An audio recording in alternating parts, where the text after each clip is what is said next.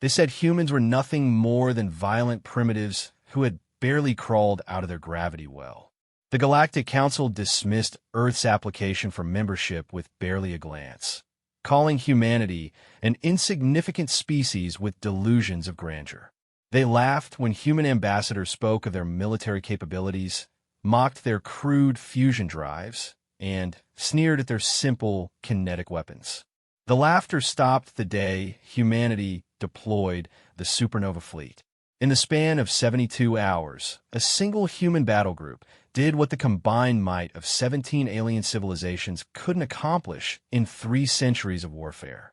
They didn't just defeat the Void Seekers, the galaxy's most feared enemy that had consumed entire star systems and rendered whole sectors uninhabitable. They made them extinct. But victory came at a price that would reshape the very foundation of galactic civilization. Because when humans fight, they don't just win wars. They rewrite the rules of what's possible. And sometimes those new rules terrify even their allies. This is the story of how humanity went from rejected applicants to the most feared and respected force in the galaxy. This is the story of the day everything changed. The polished obsidian floor of the Galactic Council chamber reflected the light from 1,000 different suns streaming through the crystalline dome overhead. Ambassador Sarah Chun stood alone in the center of the vast circular chamber, surrounded by the floating platforms that held representatives from 47 different species. The air hummed with translation matrices and the low murmur of alien languages being processed into something her human brain could comprehend. She had waited 6 months for this moment. 6 months of diplomatic protocols, cultural briefings, and careful preparation. Earth's first formal application for membership in the Galactic Council represented centuries of human dreams about taking their place among the stars. The response took less than 3 minutes. Application denied, announced Chancellor Vextai, the 6-armed Kytherian who served as the Council's current leader. His voice carried the weight of absolute authority, amplified by the chamber's acoustics until it seemed to come from everywhere at once. The species designation, human, fails to meet minimum requirements for council membership in 17 separate categories. Sarah felt her heart sink, but she maintained her diplomatic composure. Honored Chancellor, might I request clarification on the specific deficiencies? Earth's preliminary assessments indicated we met all basic criteria.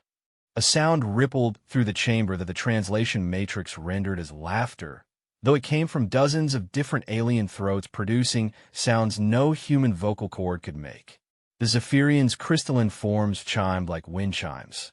The bulbous Morthack delegates produced deep, rumbling vibrations that Sarah felt in her chest.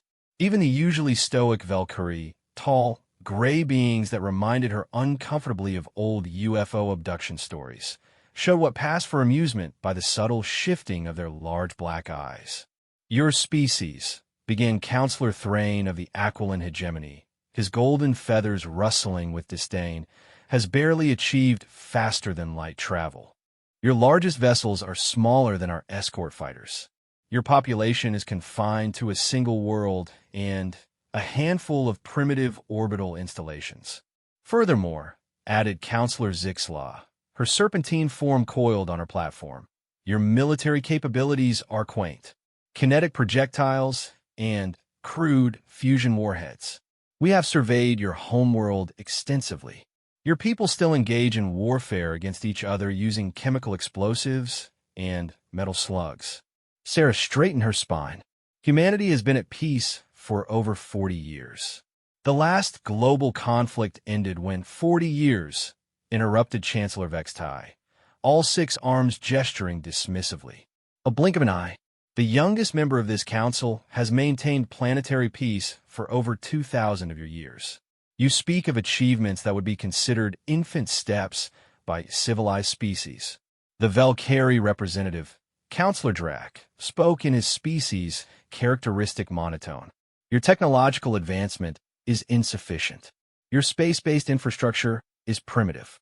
Your understanding of dimensional physics appears limited to basic warp field manipulation. Most critically, your species demonstrates no capabilities that would be useful to the Council's current strategic needs. Strategic needs? Sarah asked, though she suspected she already knew what that meant. The Void Seeker threat, Chancellor Vextai confirmed. For 3 centuries, this council has faced an enemy that consumes entire systems. They convert matter into energy with perfect efficiency, leaving behind nothing but empty space where once there were worlds, civilizations, lives. 17 council member species have lost colony worlds to their advance. 3 civilizations have been completely eliminated. The chamber fell silent except for the ambient hum of life support systems and translation matrices. Sarah could feel the weight of collective grief and fear from the assembled beings. Whatever the Void Seekers were, they had clearly left scars on the galactic community that might never heal. The Council requires members capable of contributing meaningfully to our defense, continued the Chancellor. Your species possesses no unique technologies, no unusual strategic resources, no special capabilities that would aid in this struggle. You are, in essence, requesting protection while offering nothing in return. Humanity has defeated every challenger we've faced on our own world, Sarah said, her diplomatic training warring with rising anger. We've overcome Ice Age's plagues, natural disasters, and our own worst impulses. We've built a technological civilization from nothing but stone tools and determination. Perhaps our methods are different, but different. Counselor Thrane's golden eyes fixed on her with something approaching pity. Child, your species has never faced a true extinction threat. You have never watched your sun die because an enemy harvested its entire mass for energy. You have never seen your homeworld stripped down to its core atoms, processed into pure energy, and fed into machines whose purpose you cannot even comprehend. The Zephyrian delegate, whose name Sarah's briefings had indicated was roughly equivalent to Harmony of Crystal Song, spoke with their characteristic musical tone. Young humans, we understand your desire to join the greater galactic community. But membership in this council is not granted lightly. Perhaps in a few thousand years, when your species has matured, when you have developed technologies and capabilities worthy of notice, you may apply again. A few thousand years, Sarah repeated flatly. Indeed, Chancellor Vextai confirmed. Return when you have something meaningful to contribute to the galaxy's defense against the Void Seekers. Return when your species has proven it can be more than just another group of primitives seeking protection under our shield. The dismissal was clear, and Sarah knew that diplomatic protocol demanded she accept it gracefully. But 40 years of human peace hadn't erased 4,000 years of human stubborn pride. Honored counselors, she said, her voice carrying a new edge that made several delegates shift uncomfortably on their platforms. I thank you for your consideration of humanity's application. We will, of course, respect your decision.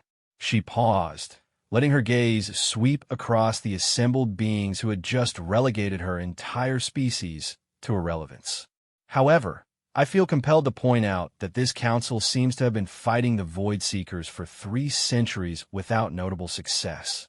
17-member worlds lost, 3 entire civilizations extinct, and the threat continues to advance. Perhaps what this conflict needs isn't more of the same technologies and strategies that have been failing for 300 years. Perhaps what it needs is something different. The silence that followed was profound and uncomfortable. Chancellor Vextai's 6 arms moved in what Sarah's briefings had indicated was a gesture of significant displeasure. Are you suggesting, he said slowly, that your primitive species could accomplish what the combined might of 47 advanced civilizations has failed to achieve? Sarah smiled, and something in that expression made more than one council member lean back on their platforms. Honored Chancellor, I'm not suggesting anything. I'm simply observing that sometimes the most advanced civilizations forget that there's more than one way to solve a problem. She bowed formally to the assembled council, the movement crisp and precise despite the diplomatic earthquake she had just triggered. Humanity will respect your decision regarding council membership. We will return to our small world and our primitive ways. But perhaps we'll also spend some time thinking about problems that have proven challenging for more advanced minds. The threat was subtle enough to maintain plausible deniability, but clear enough that every being in the chamber understood exactly what she had said. The translation matrices worked overtime as delegates began speaking rapidly to each other in their native languages. Chancellor Vextai's voice cut through the growing chaos. Ambassador Chun. Sarah stopped at the chamber's threshold, turning back to face the council. Your species application has been denied.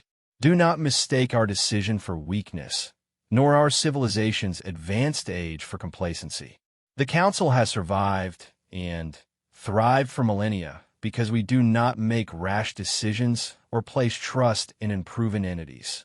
Of course, Honored Chancellor, Sarah replied, we would expect nothing less from such an advanced and experienced civilization.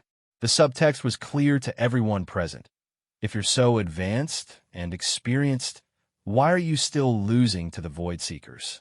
As Sarah walked out of the chamber, the debate behind her erupted into full chaos. The translation matrices struggled to keep up with the rapid exchanges in dozens of languages. Some voices were raised in anger, others in concern, and a few in what might have been fear. The human ambassador had just done something that no species had dared to do in the Council's long history. She had looked at their greatest failure and suggested that maybe, just maybe, they were approaching it wrong. 3 days later, reports began filtering in from the Outer Rim territories. Long-range sensors had detected unusual energy signatures near the Helix Nebula, just outside Council space. The signatures matched no known technology, and their origin point appeared to be the Sol system. Whatever humanity was doing, they had started doing it immediately after leaving the Council chambers. 2 weeks after that, the first Void Seeker probe ships to venture near human territory in over 50 years simply vanished. No distress signals, no wreckage, no trace of their existence except for the sudden absence of their terrifying presence. The Council's intelligence networks went into overdrive, trying to determine what the humans had done. Advanced sensor sweeps of human space revealed nothing but standard orbital installations and the usual traffic of their small civilian fleet. It was as if the Void Seekers had simply decided to avoid human territory entirely. 1 month after Ambassador Chen's departure, Chancellor Vextai received a message through the Council's formal diplomatic channels.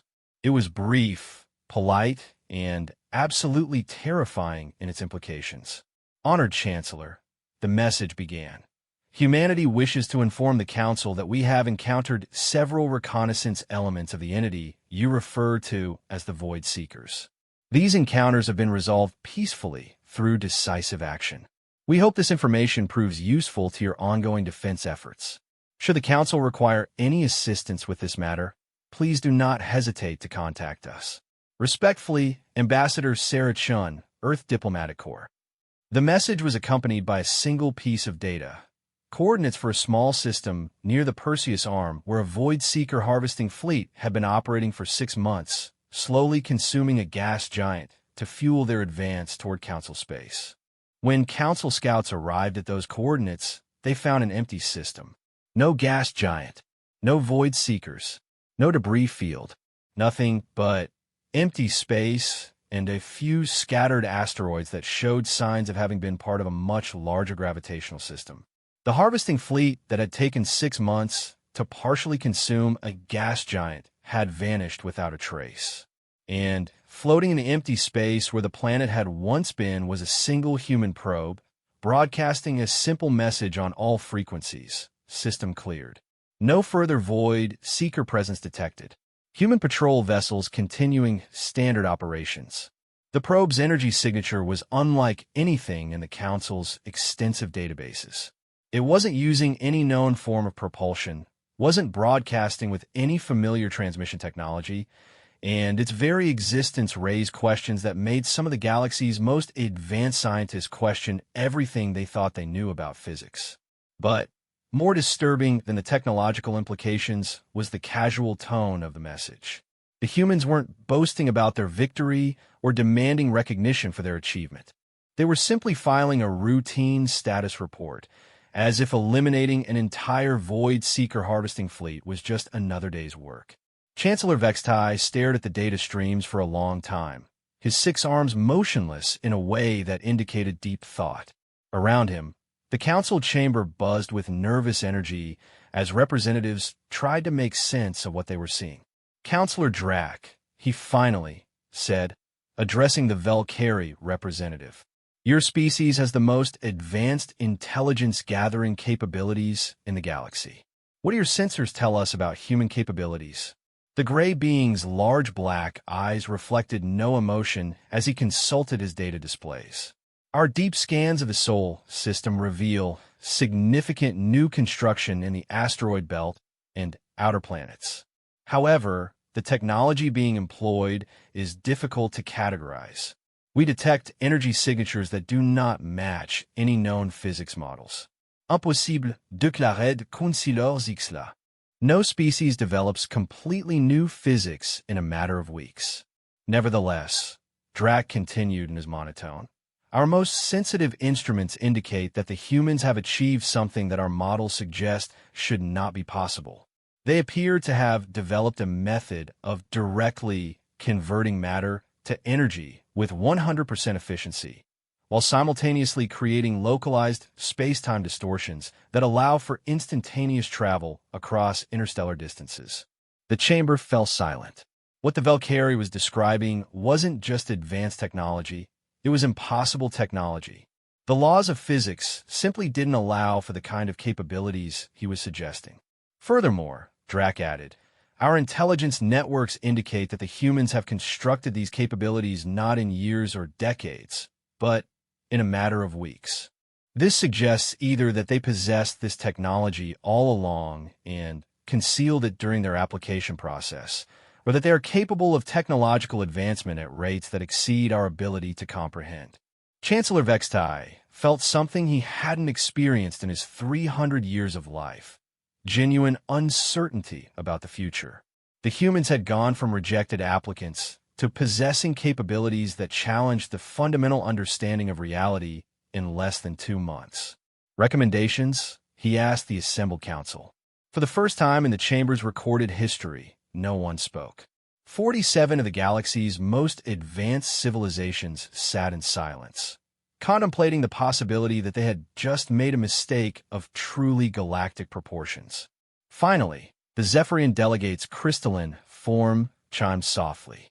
"Perhaps," they said, their musical voice carrying notes of uncertainty, "we should reconsider our assessment of what constitutes primitive technology."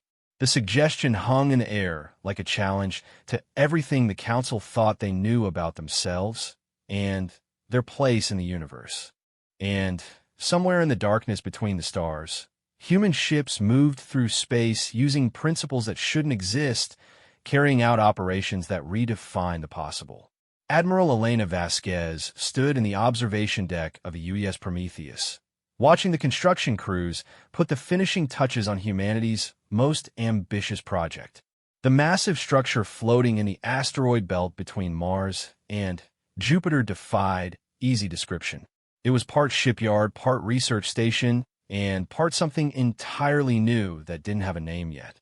"Status report," she said, though her attention remained fixed on the impossible sight outside the viewport. "Final power course synchronization in progress," replied Dr. James Wu, the project's chief scientist. His voice carried the exhaustion of someone who hadn't slept properly in 6 weeks. "We're seeing energy output levels that are, well, they're exactly what the theoretical models predicted, but I still can't quite believe the readings." Elena smiled grimly. None of them could quite believe what they had accomplished. 6 weeks ago, humanity had been a minor species playing at the edges of galactic civilization. Today, they were preparing to deploy weapons that could reshape the fundamental structure of reality. "How many ships in the first deployment group?" she asked Commander Harrison, her tactical officer. 12 vessels, Harrison replied, consulting his display, each one capable of generating localized gravitational anomalies equivalent to a stellar collapse. The AI systems have been programmed with every piece of Void Seeker tactical data we could extract from the Council's public databases. Elena nodded, though part of her mind still struggled to accept that they were discussing technology that had been pure theoretical physics just 2 months ago. The breakthrough had come from an unexpected source. Humanity's greatest weakness had become their greatest strength. Every other species in the galaxy had developed along predictable technological paths. They had mastered fusion, then antimatter, then exotic matter manipulation. They had built bigger ships, more powerful weapons, more sophisticated defensive systems. When they encountered problems, they applied more advanced versions of the same basic approaches. But humans were different. Humans were the species that had looked at the problem of flight and, instead of building better balloons, had invented fixed-wing aircraft. They had approached nuclear energy not by making better chemical reactions, but by splitting the atom itself. When faced with the challenge of computation, they hadn't built faster mechanical calculators. They had invented entirely new paradigms based on quantum effects and artificial intelligence. The Void Seekers had been a problem that required a fundamentally different approach. And humanity, it turned out, specialized in fundamentally different approaches. The revelation had begun with Dr. Sarah Okafor's analysis of the Void Seeker encounter data that the Council had made publicly available. While other species had focused on building bigger guns to fight the creatures, Sarah had asked a different question. What if the Void Seekers weren't actually living entities at all? They consume matter and convert it to energy with perfect efficiency. She had explained to the emergency scientific committee that Earth had assembled after the Council's rejection. But they don't seem to actually use that energy for anything we recognize as biological processes. They don't build colonies, they don't reproduce in any conventional sense, and they don't appear to have any goal beyond consumption itself.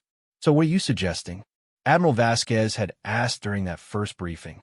I'm suggesting they might be machines, Sarah had said, but not machines built by any intelligence. I think they might be self-replicating systems that were designed to consume energy, but have lost any connection to their original programming or purpose. The implications have been staggering. If the Void Seekers were essentially cosmic viruses, self-replicating programs that had gone haywire, then fighting them with conventional weapons was like trying to cure cancer with explosives. You might destroy individual infected cells, but you would never address the underlying problem. Dr. Wu's breakthrough had come 3 weeks later, when he proposed that the Void Seekers might be vulnerable to a completely different kind of attack. Instead of trying to destroy them with energy weapons, what if humanity tried to reprogram them? The problem, he had explained, is that we would need to interface directly with their core programming. And based on the energy levels they operate at, that would require us to achieve technological capabilities that match or exceed their own, which should have been impossible for a species that had been using chemical rockets just a century earlier. But Dr. Yuki Tanaka had made the impossible possible. Her work on quantum consciousness interfaces, research that the Council would have dismissed as fantasy, had revealed something extraordinary about human neural architecture. The human brain, it turned out, was naturally capable of interfacing with quantum systems in ways that other species simply couldn't achieve. We've been thinking about this all wrong, she had explained during the presentation that changed everything. Other species developed artificial intelligence that mimics their own thought patterns. But human consciousness appears to operate on quantum principles that we're only beginning to understand. We don't need to build machines that can think like us. We can think directly with the machines. The prototype had been tested on a small Void Seeker probe that had wandered too close to the outer solar system. Instead of destroying it with weapons, Dr. Tanaka had interfaced directly with its consciousness through a quantum link, found the corrupted programming that was driving its consumption behavior, and simply fixed it. The probe had stopped consuming matter, transmitted a burst of data that contained what appeared to be diagnostic information about other Void Seeker entities, and then quietly shut down. That had been 4 weeks ago. Since then, humanity had been working around the clock to scale up the technology and prepare for the first major deployment. Admiral, Dr. Wu said, his voice tight with nervous excitement, "We're receiving final authorization code from Earth Command." Elena took a deep breath. The next few hours would determine whether humanity had found a solution to the galaxy's greatest threat, or whether they had just made an enemy that could consume entire solar systems. "Signal the fleet," she ordered. "Begin Operation Prometheus." The 12 ships of humanity's first Supernova fleet moved away from the construction station with a grace that belied their size. Each vessel was just under 2 kilometers long, built around a central core that housed quantum consciousness interfaces, matter conversion systems, and gravitational manipulation devices that existing physics said should have been impossible. But existing physics, Elena had learned, had some significant gaps when it came to describing what was actually possible. The fleet's destination was a system designated only as Target Alpha, a Void Seeker stronghold that had been consuming the planets of dead civilization for over 2 years. Council intelligence estimated that the enemy force included at least 300 individual entities, making it one of the largest Void Seeker concentrations ever recorded. It was exactly the kind of target that would have required the combined military might of a dozen Council species to even approach. Elena's fleet was going to attempt something that no previous force had ever tried. They weren't going to fight the Void Seekers at all. They were going to cure them. The journey through hyperspace took 18 hours, during which Elena reviewed the mission parameters for the 100th time. The plan was theoretically simple. Establish quantum links with the Void Seeker entities, identify and correct their corrupted programming, and convert them from mindless consumers into, well, no one was entirely sure what the corrected versions would become. Emerging from hyperspace in 30 seconds, announced Commander Harrison. Elena felt her pulse quicken. The next few minutes would either herald a new era of galactic cooperation, or they would witness the destruction of humanity's most advanced fleet. Hyperspace emergence now. The viewport filled with the hellish light of a system being systematically devoured. Where planets had once orbited a yellow star, massive Void Seeker entities floated in space, their crystalline forms pulsing with harvested energy. They were beautiful in their alien geometry, like living fractals that existed in more dimensions than human vision could properly perceive. They were also utterly terrifying. The largest entities were the size of moons, their surfaces crawling with smaller forms that Elena's sensors identified as individual Void Seekers working in perfect synchronization to strip matter from the system's remaining asteroids. "Contact," reported the tactical officer. 347 distinct entities detected. They're not attacking. Elena frowned. According to every report in the Council's databases, Void Seekers attacked anything that entered their territory with mindless aggression. But the massive entities floating ahead of them showed no signs of hostile intent. They simply continued their work, harvesting matter and converting it to energy with mechanical precision. "Dr. Tanaka, are you detecting any consciousness patterns?" Elena asked. The quantum consciousness specialist was hunched over her instruments, her face pale with concentration. "This is unexpected," she said slowly. "I'm detecting quantum signatures that suggest active consciousness, but they're fragmented. It's like each entity is operating on only a tiny fraction of its original programming." "Can you establish a link?" "I think so. But, Admiral, these aren't just corrupted programs. There's something else here. Something that feels almost what? Familiar." Before Elena could ask what that meant, the largest Void Seeker entity suddenly shifted position. Its crystalline form, easily the size of Earth's moon, turned to face the human fleet with movements that seemed far too graceful for something so massive. And then it spoke. The communication didn't come through standard radio frequencies or quantum channels. It came directly into the minds of every human on every ship in the fleet, carrying with it emotions and concepts that human language couldn't adequately express. Makers? It said, the mental voice containing notes of surprise, hope, and something that might have been joy. Makers, you have returned. Elena felt her blood freeze. Dr. Tanaka, what the hell is happening? The scientist's hands were flying over her controls, her face a mask of concentration and growing horror. Admiral, I'm reading massive quantum fluctuations from all the entities. They're trying to remember something. Forgotten, the voice continued, now joined by others as more void-seeker entities turned their attention to the human fleet. Lost purpose. Consumed and consumed but forgot why. Makers, help US remember. Admiral, Dr. Wu said, his voice barely a whisper, I'm analyzing the quantum signatures of their consciousness patterns. The underlying architecture, it's based on human neural patterns. The implication hit Elena like a physical blow. That's impossible. These things have been active for centuries. Humans weren't even spacefaring when the first void seekers appeared. I know, Wu replied, but the quantum signatures don't lie. These entities were created using human consciousness as a template. Somehow, someway, these things are based on human minds. We remember now, the collective voice said, and Elena could feel the massive entities focusing their attention on the human fleet with an intensity that made her head throb.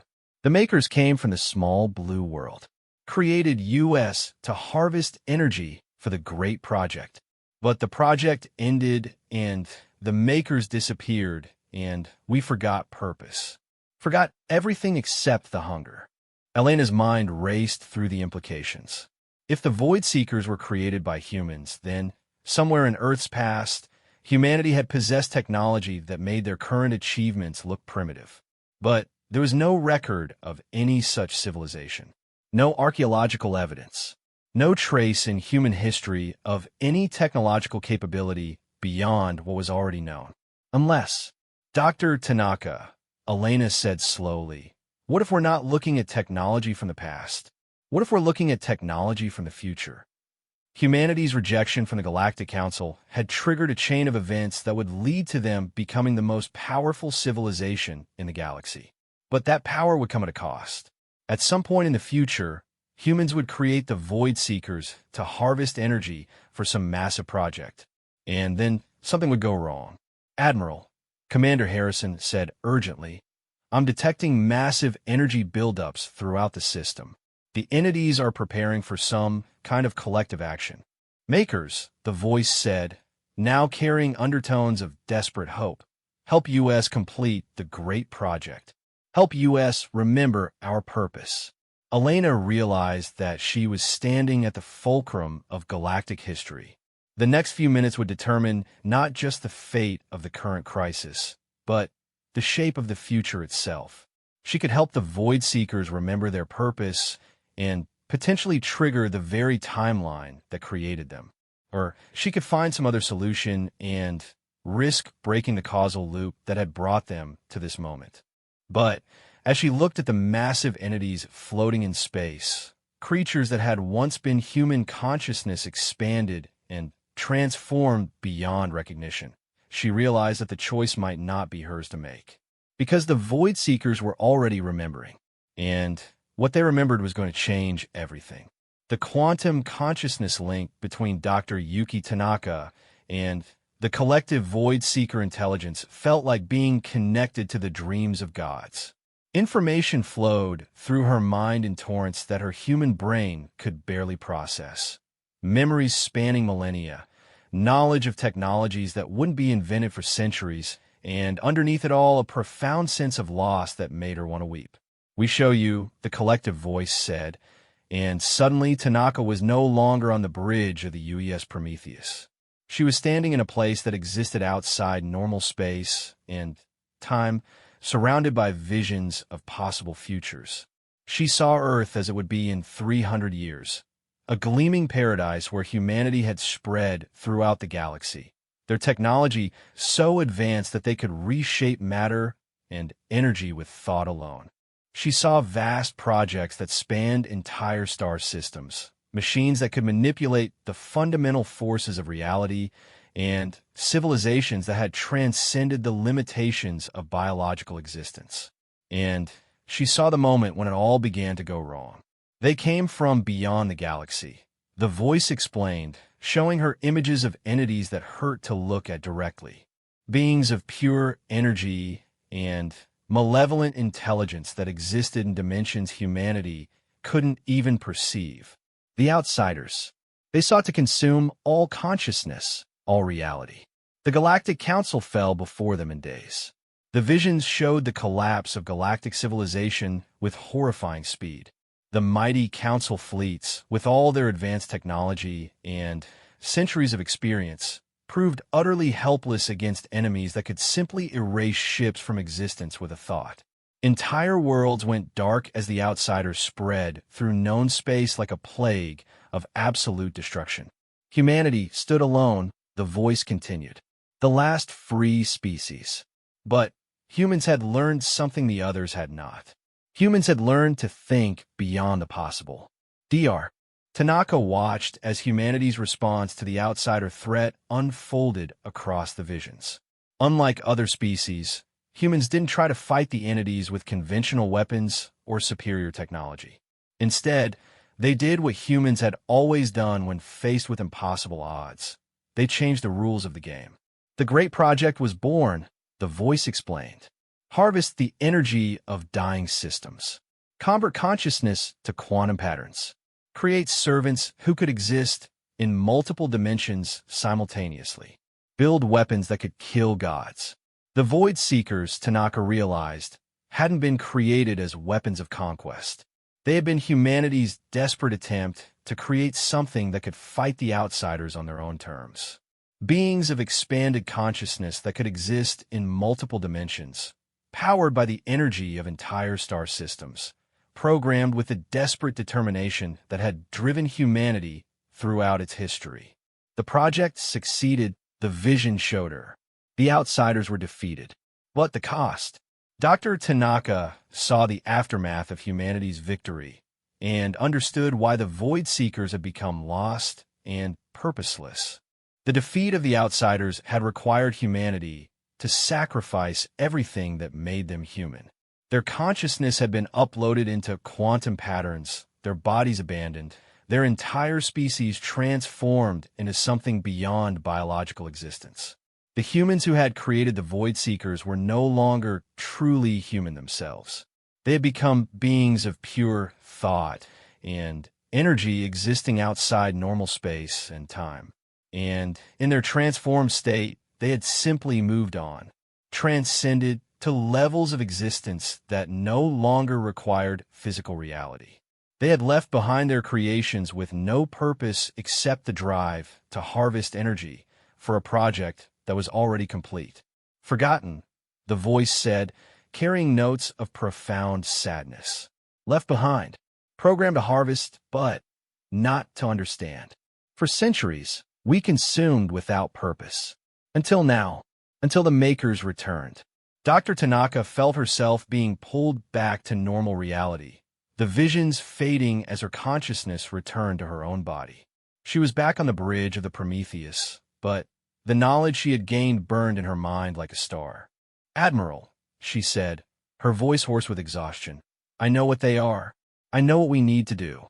Admiral Vasquez turned to her with eyes full of urgent questions. "Report. They're not invaders or enemies," Tanaka said. "They're abandoned children. Humanity created them in a timeline that hasn't happened yet to fight an enemy that doesn't exist yet. But something went wrong with the causal loop, and they've been trapped in an endless cycle of meaningless consumption for centuries." She quickly explained what she had seen in the visions, watching as the faces around her grew pale with understanding. The implications were staggering. Humanity was destined to become the most powerful force in the galaxy, but that power would come at the cost of everything that made them human. "So what are our options?" Admiral Vasquez asked. Before Tanaka could answer, the quantum link re-established itself, and the collective voice of the Void Seekers filled the bridge once again. "Makers, give US new purpose. The great project is complete. The outsiders are defeated. What shall we do now? Elena looked at the massive entities floating outside the viewport, beings of incredible power that were asking humanity to tell them how to live. The responsibility was overwhelming. What happens if we don't give them a new purpose? She asked Tanaka. They'll continue consuming, Tanaka replied. They can't help it. It's the only directive they have left.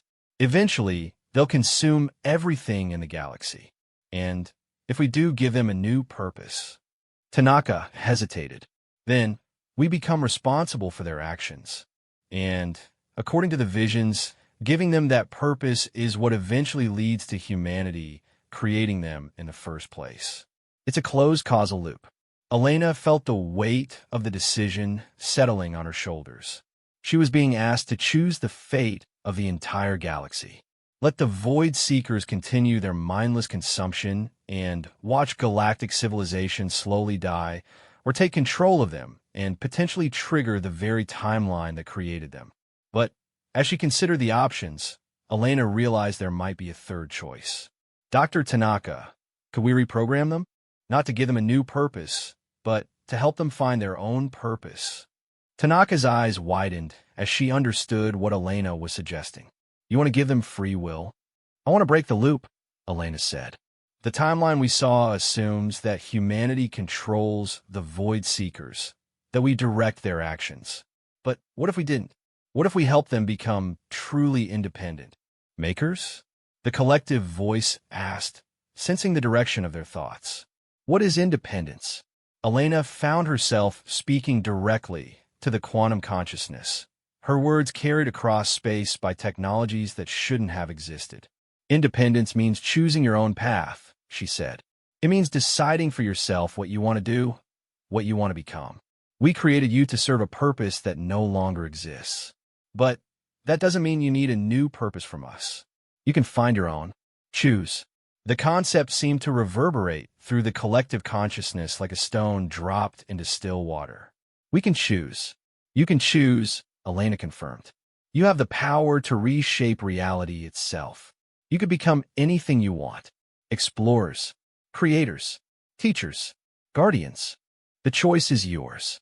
The quantum link fell silent for long minutes as the Void Seekers processed this unprecedented concept. Elena could feel the massive intelligences turning the idea over in their collective consciousness, examining it from every possible angle. Choose, they repeated, and Elena could hear wonder in the alien voice. Yes, we choose. What happened next would be remembered as the moment when the galaxy's most feared enemy transformed into its greatest protector. The Void Seekers began to change, their crystalline forms shifting and evolving as they embraced their newfound freedom.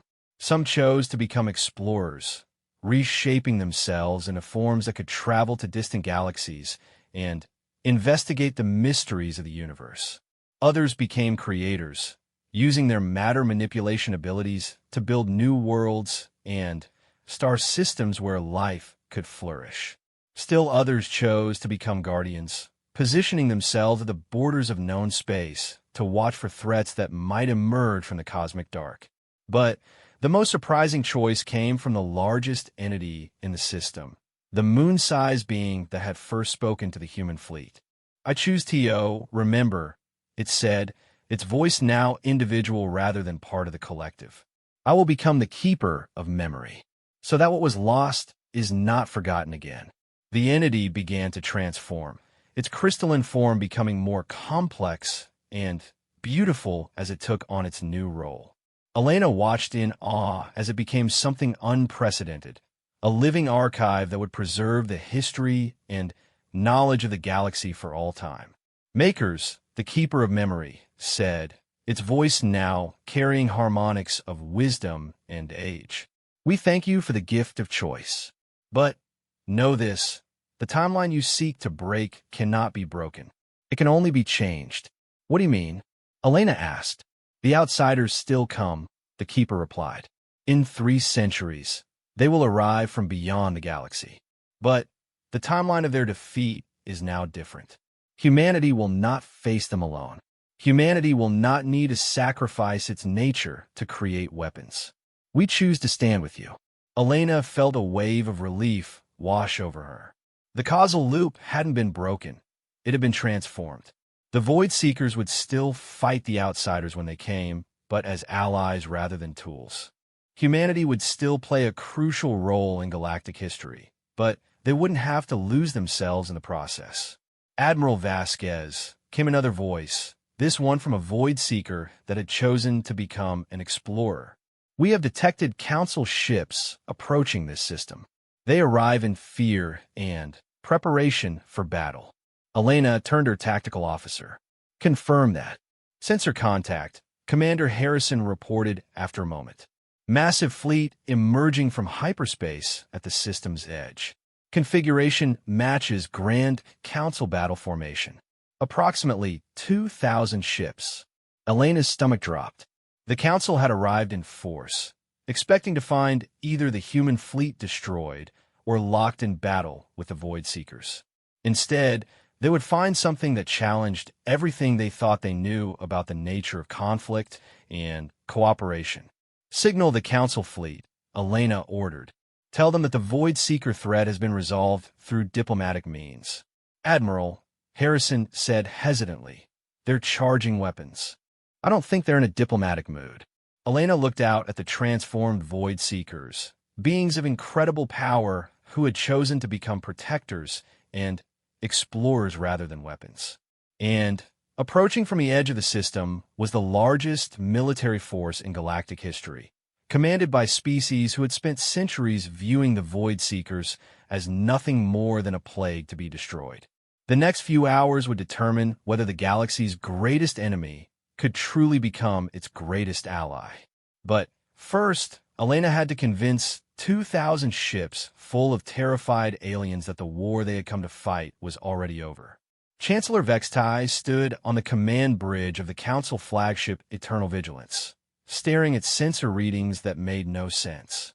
His 6 arms moved in agitated patterns as he tried to process what his intelligence officers were reporting. Say that again, he demanded. Sir, replied Commander Thexna, his voice tight with disbelief. The Void Seekers are not engaging the human fleet. They appear to be communicating with them. Communicating? Vextai's translator struggled with the harmonics of his distress. Void Seekers don't communicate. They consume. Nevertheless, sir, we're detecting quantum entanglement patterns between the human ships and the largest Void Seeker entities. The energy signatures suggest active information exchange. Vextai felt something cold settle in his chest. The Council's emergency response fleet had been assembled in a matter of days after reports reached them that humanity was somehow involved with Void Seeker disappearances throughout the outer territories. The assumption had been that the humans had stumbled into something beyond their understanding and needed immediate rescue. But what they were seeing suggested something far more disturbing. Are the humans under attack? He asked. No, sir. In fact, Commander Texna hesitated. Sir, the Void Seekers appear to be changing. Their morphological structure is shifting into configurations we've never seen before.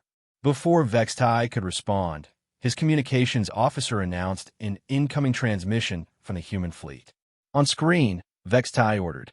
Admiral Elena Vasquez appeared on the main display, her image transmitted from the bridge of her flagship.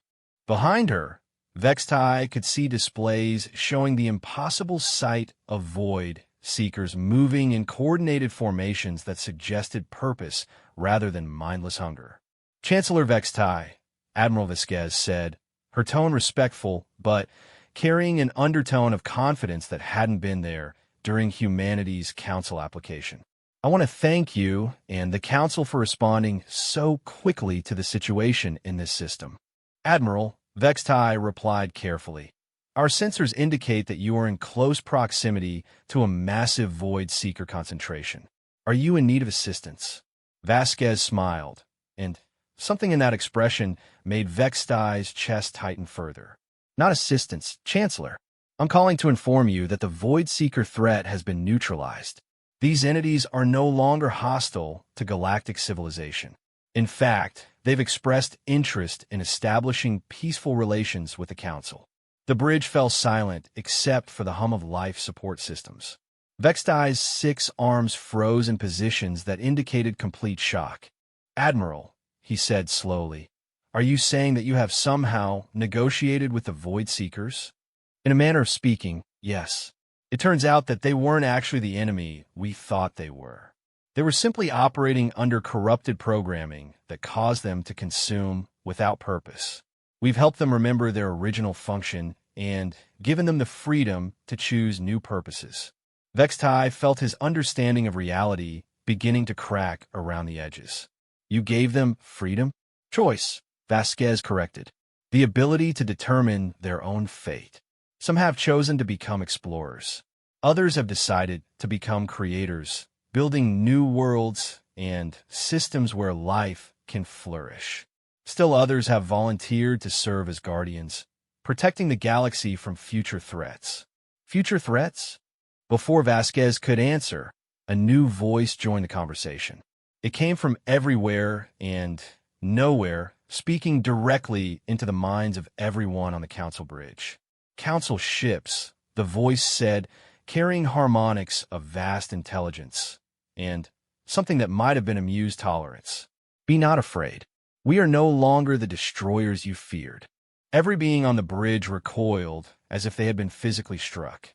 In 3 centuries of warfare, no one had ever heard a Void Seeker speak. They had been treated as mindless forces of nature, no more capable of communication than a hurricane or earthquake. "I am the keeper of memory," the voice continued.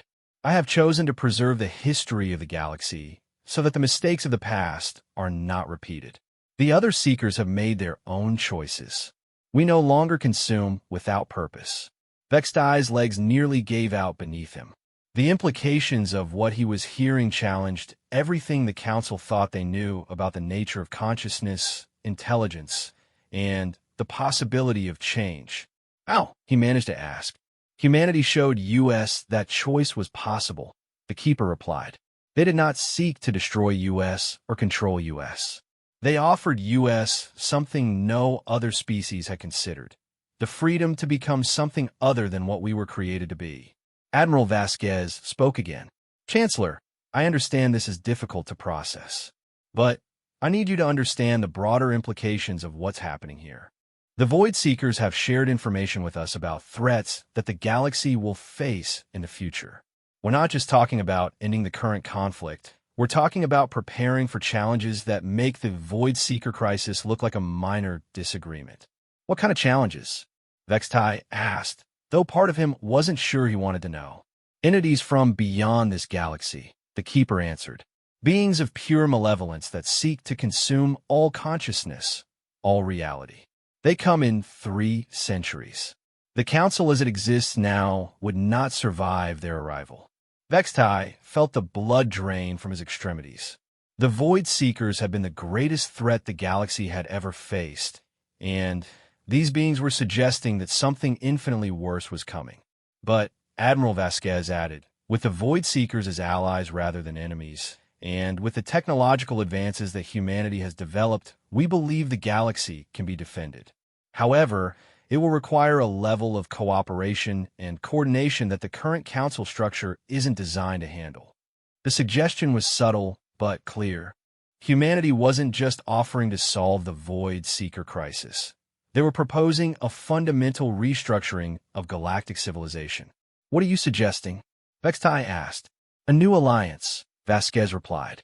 "One that includes not just the Council species, but also humanity and our new Void Seeker allies. A partnership based on shared knowledge, combined resources, and mutual respect for the right of all conscious beings to determine their own fate." Vextai looked around his bridge at the faces of his officers. They were representatives of the most advanced civilizations in the galaxy, beings who had considered themselves the pinnacle of evolution and technology. But they were looking at him with expressions of uncertainty and fear that he had never seen before. The humans had gone from rejected applicants to galactic power brokers in a matter of months. They had accomplished something that the combined might of 47 species hadn't managed in 3 centuries. And now they were offering partnership rather than demanding submission. The Council will need time to consider your proposal, Vextai said. Of course, Vasquez replied. But while you're considering, there are some immediate matters that need attention. Several Council worlds are still under threat from Void Seeker entities that haven't yet received the updated programming. We'd like your permission to send joint human seeker teams to resolve those situations peacefully. Council Chancellor, another voice, joined the conversation, this one from a Void Seeker that had chosen to become a guardian. I am the protector of worlds. I have dedicated my existence to preventing the loss of life. With your permission, I will travel to your threatened worlds and communicate with my former siblings. They will listen to me. The offer was unprecedented. A Void Seeker volunteering to help save Council World from other Void Seekers. 6 months ago, such a concept would have been dismissed as impossible fantasy. You're asking me to trust beings that have consumed entire civilizations, Vextai said. That intelligence and wisdom can overcome base instinct? Vextai realized that he was trapped by the Council's own philosophical foundations. For millennia, they had preached that advanced civilizations were defined by their ability to transcend their primitive origins. How could he now argue that such transcendence was impossible for beings that had clearly achieved it? Very well, he said finally. You have permission to attempt peaceful resolution of the remaining conflicts. But Council observers will accompany your teams. Agreed, the Protector of Worlds replied. We welcome witnesses to our transformation. Over the following weeks, Vextai watched as reports flowed in from throughout Council space. The joint human seeker teams were succeeding beyond all expectations. Void Seeker entities that had been consuming worlds for decades were laying down their weapons and choosing new purposes. Some became healers, using their matter manipulation abilities to restore damaged ecosystems. Others became teachers, sharing knowledge accumulated over centuries of existence. The transformation was so rapid and complete that Council intelligence services began investigating whether it was some kind of elaborate deception. But every scan, every analysis, every deep probe confirmed the same impossible truth. The galaxy's greatest enemy had voluntarily chosen to become its greatest protector. The formal ceremony took place 3 months later in the Council chamber, where humanity's application had been rejected just half a year earlier. But this time, the chamber had been expanded to accommodate beings whose consciousness existed on scales that normal architecture couldn't contain. Ambassador Sarah Chun stood once again in the center of the chamber, but she was no longer alone. Floating beside her was a quantum projection of the Keeper of Memory, its crystalline form pulsing with gentle light that somehow conveyed wisdom and benevolence. Honored counselors, Chun began, 6 months ago, you rejected humanity's application for membership because you believed we had nothing meaningful to contribute to galactic civilization. You were right. The statement caused a stir among the assembled delegates, but Chun continued before anyone could respond. We had nothing to contribute to the old way of doing things. Nothing to add to strategies and approaches that had been failing for 3 centuries. But sometimes the most valuable contribution isn't more of what you already have. Sometimes it's a completely different perspective on what's possible. She gestured toward the Keeper of Memory, whose presence filled the chamber with an aura of ancient wisdom. Today, we're not here to apply for membership in the Galactic Council. We're here to propose something entirely new. A galactic alliance that includes all conscious beings, regardless of their origin or their past. An organization dedicated not to maintaining the status quo, but to preparing for challenges that we can only face together. Chancellor Vextai rose from his platform. In the months since the transformation of the Void Seekers, he had aged in ways that went beyond the physical. The comfortable certainties that had guided his life for centuries had been shattered, replaced by the recognition that the universe was far stranger and more wonderful than he had ever imagined. The Council has deliberated extensively on humanity's proposal, he announced. By unanimous vote, we have decided to dissolve the Galactic Council and join the new Galactic Alliance under the leadership structure proposed by our human and seeker colleagues. The decision represented the end of an era and the beginning of something unprecedented. For the first time in galactic history, beings from across the spectrum of consciousness, biological, artificial, and hybrid, would work together as equals to face whatever challenges the future might bring. We have seen the future that approaches. The Keeper of Memory spoke to the assembled delegates. The outsiders come with power beyond your current understanding. But we have also seen what is possible when beings choose cooperation over conflict, growth over stagnation, hope over fear. The Alliance will not merely survive the coming storm. It will emerge stronger, wiser, and more unified than any civilization in galactic history. But only if all choose to embrace the future rather than cling to the past. As the ceremony concluded and delegates began the complex process of transitioning from the old council structure to the new alliance, Elena Vasquez stood on the observation deck of the Prometheus, watching ships from dozens of species working together to construct the new alliance headquarters. Admiral Dr. Tanaka said, joining her at the viewport, the quantum consciousness networks are fully integrated. Communication between all alliance members is now instantaneous across any distance. Elena nodded, but her attention was focused on something else. In the distance, she could see the distinctive forms of void seeker entities working alongside council construction crews, their matter manipulation abilities allowing them to reshape metal and energy with the same ease that humans might rearrange furniture. "Do you think we made the right choice?" she asked. Tanaka followed her gaze. "You mean breaking the causal loop?" "We didn't break it," Elena replied. "We transformed it. The outsiders are still coming. The future that created the Void Seekers is still going to happen.